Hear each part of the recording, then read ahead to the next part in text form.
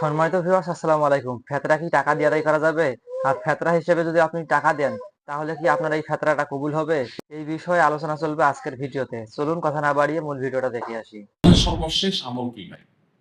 শেষ আমল মানে এরকম আর কোনো আমল নাই। কি সেটা? রমজান মাসে অনেকগুলো আমল আছে না? আমরা তারাবি পড়ি, সাহরি খাই, রোজা রাখি, অনেক কিছুই করি। শেষ আমল কোনটা? যেটা দিয়ে এন্ডিং আর কোনো আমল নেই। সেটা হলো সবাই জানি কিন্তু হয়তো মাথা আনতে পারছি না। সদকায়ে ফিতর দেওয়া, ফিতরা দেওয়া। এটা হলো রমজানের শেষ আমল। এটা দিয়ে রমজান মাসকে আমরা বিদায় দিই। অন্য অর্থে এটাকে বলতে পারে যে রমজানের পরের প্রথম আমল বলতে পারি, কারণ এটা শুরু হয় মূলত শাওয়ালের চাঁদ দেখা গেলে, ঈদুল ফিতরের চাঁদ দেখা গেলেই তখন এটা প্রযোজ্য হয়, যদি একদিন আগে থেকে দেওয়া যায়। এই ফিতরাটা আমরা কেন দেই? ফিতরা দেওয়ার উদ্দেশ্য কি?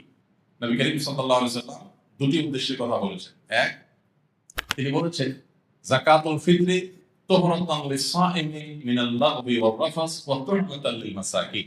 প্রথম কারণ হলো তিনি বলেছেন যে এটা হলো রোজাদার ব্যক্তি সারা মাস জুড়ে যে সিয়াম সাধনা করেছে, ইবাদত বন্দেগী করেছে, যে মেহনত মুজাহাদা করেছে, এই সারা মাস জুড়ে ইবাদত বন্দেগী করার ফলে তার মধ্যে অনেক অর্জন যেমন হয়েছে, আবার অনেক ত্রুটিও ছিল। রোজাটা রাখতে গিয়ে সে কখনো অনর্থক কথা বলে ফেলেছে, রোজা রেখে অনর্থক বেহুদার কথা বললে রোজা প্রাণ আপনার ক্ষতিগ্রস্ত হয়, রোজা নষ্ট হয়, রোজার রূপ থাকে না, রোজার মান কমে যায়, কোয়ালিটিতে ঘাটতি হয়।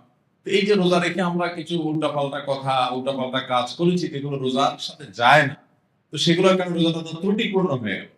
এই ফিতরা দেওয়ার কারণে সেটা রিফাইন্ড হয়ে যায়, সেটা ফ্রেশ হয়ে যায়, সেটা আল্লাহ তাআলা পরিচ্ছন্ন করে গ্রহণ করে।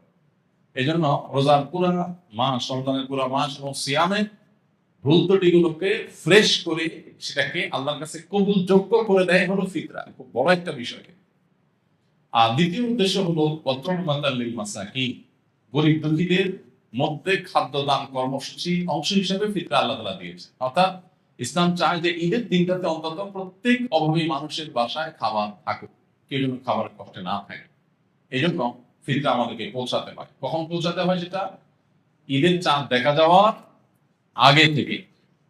ফিতরা নিয়ে প্রতি বছরই অনেক আলাপ হয়, আমরা সেই দীর্ঘ আলাপে যাওয়ার সুযোগ সময় নাই। শুধু এইটুকু বলি, আমরা প্রায় সবাই আমরা ফিতরার সর্বনিম্ন পরিমাণটা দেওয়ার চেষ্টা করি। নবী করিম সাল্লাল্লাহু আলাইহি ওয়াসাল্লাম ফিতরার যে অপশন গুলো রেখেছেন সেগুলো কিন্তু বিভিন্ন রকম, ভ্যারাইটি আছে।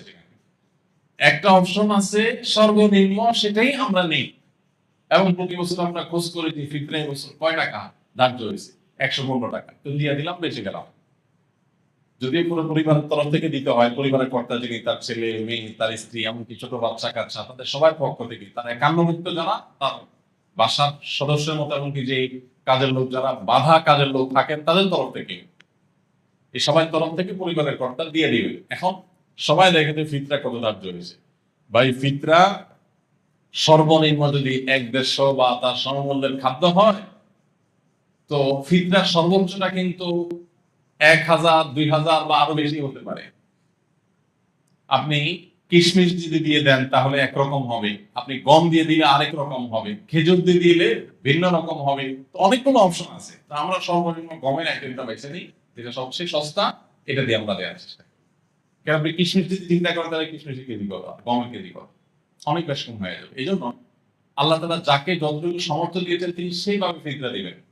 এবং ফিতরা হিসেবে যদি আপনি খাদ্য দেন অথবা নগদ টাকা দেন, আমার পরামর্শ হবে ওয়াজিব ফিতরা তো ওইটাতে আদায় হয়ে যাচ্ছে, যে কোনো সন্দেহ নাই। নফল হিসেবে যেহেতু ফিতরার উদ্দেশ্য গরিবের বাসায় খাবার পৌঁছানো, সেই যুগে নবী সাল্লাল্লাহু আলাইহি ওয়াসাল্লামের সময় গরিব শুধুমাত্র এই প্রিন্সিপাল ফুড এগুলোর উপর নির্ভর করত।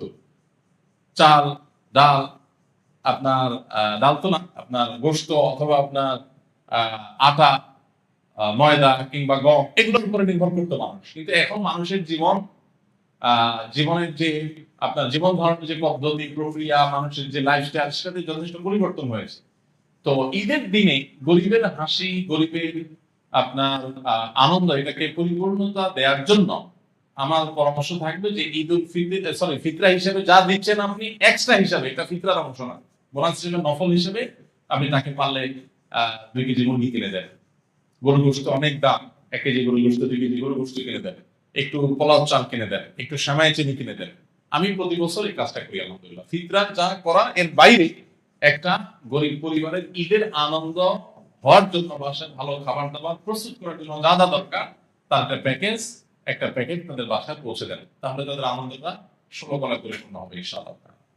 এটা আমরা করতে পারি। বিশেষ করে দ্রব্যমূল্যের ঊর্ধ্বগতির এই সময়ে অনেক মানুষ যারা আমাদের কাছে মুখ ফুটে বলতে পারছে না, অনেক কষ্টে আছে। আমরা কল্পনা করতে পারছি না যে এই মানুষটা খাবারের কষ্টে আছে। এরকম অনেক ফ্যামিলি আপনার আশেপাশে আছে, আপনি খোঁজ খবর নিলেই দেখবেন। রমজানের শেষের দিকে এসে দানের পরিমাণটাও বাড়ানো দরকার। তারই অংশ হিসাবে আমরা ফিতরাটার পাশাপাশি আরো বিভিন্ন খাদ্য আইটেম গুলো গরিবের বাসা, বিশেষ করে ছোট বাচ্চা কাচ্চা থাকে তাদের জন্য ঈদের একটু কাপড় চোপড় পাঠায় দেন। তাদের আনন্দটা যে কত বেশি হবে সেটা হয়তো আপনি লাখ টাকা দান করলে কোনো সময় সেটা অর্জন হবে না। সবসময় নগদ টাকা দান করলে সব বেশি হয় তা কিন্তু না। আমি সৌদি আরবে দেখেছি কিছু মানুষকে, সেখানে অদ্ভুত অদ্ভুত মানে নেকামলের প্রতিযোগিতাকারী মানুষদেরকে দেখতাম, যেটা মানে কল্পনা করা যায় যে মানুষ কত ভালো কাজের জন্য খোঁজে। আমার একবার মনে আছে যে কোন একটা সুপার শপে কেনাকাটা শেষে, এরকম রমজান মাসেই হবে, আমি বিল দেওয়ার জন্য কাউন্টারে আসছি। তো এক সৌদি নাগরিক আমার লেবাস পোশাক দেখেই বলছে যে বাংলাদেশি।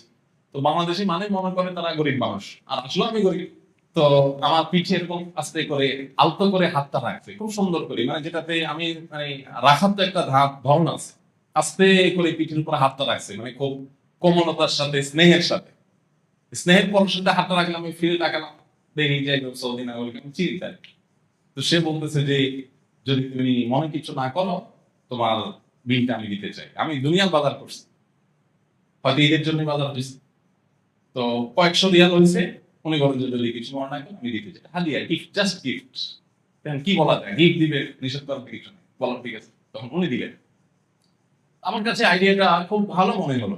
আপনি বাজারে চলে যান, বাজারে যে দেখবেন বহু মানুষ মাছ বাজারে কাচুমুচু করছে, ছটফট করতেছে, একবার এই মাসালা কাছে আবার ওই মাসালা যায়, তার মানে বাজেটের সাথে তার চাহিদা বা প্রয়োজন মিলাতে পারছে না বেচারা। এই লোকটাকে ওরকম পেছন থেকে আলতো করে হাত বুলিয়ে তাকে একটু বলেন, ভাই আমি আপনার এই মাছের বিলটা দিতে চাই, যদি আপনি মনে হচ্ছে না। আপনি দেখেন যে কোন একটা বাচ্চা, গরিবের বাচ্চা, সে হয়তো কোন একটা মুদির দোকানের পাশ দিয়ে ঘুরছে, কোন একটা খাবার দোকানের পাশ দিয়ে ঘুরছে, বারবার কাচুমুচু করছে, খেয়াল করেন, তাকে ওই খাবারটা একটু কিনে আপনি হাতে তুলে দেবেন। অনেক সময় লক্ষ লক্ষ টাকা নগদ দেওয়ার চাইতে ওই সামান্য কিছু টাকার ওজন অনেক বেশি হয়। তো এই বছর বিশেষ করে ঈদকে সামনে রেখে আমাদের এই আমলটা হতে পারে, কারণ ঈদের এই সময়টাতে অনেক মানুষ কষ্টে আছে, অনেক মধ্যবিত্ত আছে যাদের লেবাস পোশাক চলাফেরা দেখে বোঝার কোনো উপায় নেই যে তারা খাবারের কষ্টে আছে রীতিমতো বাচ্চা কাছে। আমি রমজানের শুরু থেকে আহ্বান করেছিলাম যে একটা মাছ কিনে দেন, একটু শাড়ি করতে পারবে বাচ্চাদের সাথে নিয়ে, একটু মুরগি কিনে দেন, একটু গরুর গোশত কিনে দেন। এমন আছে যে গত রমজানে গরুর গোশত খেয়ে, কোরবানিতে গরুর গোশত খেয়েছে, এই পর্যন্ত আর গরুর গোশত কিনে খেতে পারে নাই। তাকে আপনি 2 কেজি গরুর গোশত দিলে তার বাসায় আনন্দটা কোন পর্যায়ে চলে যাবে।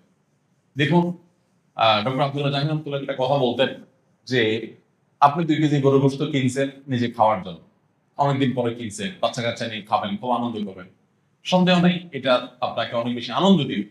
কিন্তু এর মধ্যে যদি আপনি দেখেন যে কোন মানুষ খাবারই পাচ্ছে না, অনেকদিন পর্যন্ত না খেয়ে আছে, কষ্ট করছে, এই জিনিসটা তাকে আপনি দিয়ে দেন, বাহ্যিকভাবে মনে হবে কষ্ট হয়েছে, মূলত সেখানে যে আনন্দটা হবে ওইটা আপনি খেয়ে যে আনন্দ পাবেন তার চাইতে অনেক বেশি হবে। তো রমজানের শেষের দিনগুলোতে ঈদকে কেন্দ্র করে আমাদের এই সাদাকা দান, আমাদের আশেপাশে কারা কষ্টে আছে তাদেরকে খুঁজে বের করে তাদের মুখে হাসি ফোটাবার। তো ফেতরার টাকার কথা কিন্তু অলরেডি আমরা শুনে ফেললাম। ফেতরার টাকা কিভাবে আদায় করতে হবে এবং কিভাবে দিতে হবে, এরকম সিস্টেমে যদি আপনি ফেতরার টাকাটা দিতে পারেন, মানুষের কাছে, গরিব দুঃখীর কাছে পৌঁছে দিতে পারেন, তাহলে দেখা যাবে কি আপনার ফেতরাটা আদায় হয়ে যাবে। তো এতদূর পর্যন্ত ভিডিওটা রাখলাম। ভিডিওটি কেমন লেগেছে অবশ্যই কমেন্ট করে জানাবেন। ভিডিওটি ভালো লাগলে একটা লাইক দিয়ে দিবেন, চ্যানেলটিকে সাবস্ক্রাইব করে নেবেন, আর ভিডিওটি শেয়ার দিয়ে দয় ভাইকে দেখার সুযোগ করে দিবেন। এতক্ষণ অবধি ভিডিওটি দেখার জন্য আপনাদেরকে অসংখ্য ধন্যবাদ।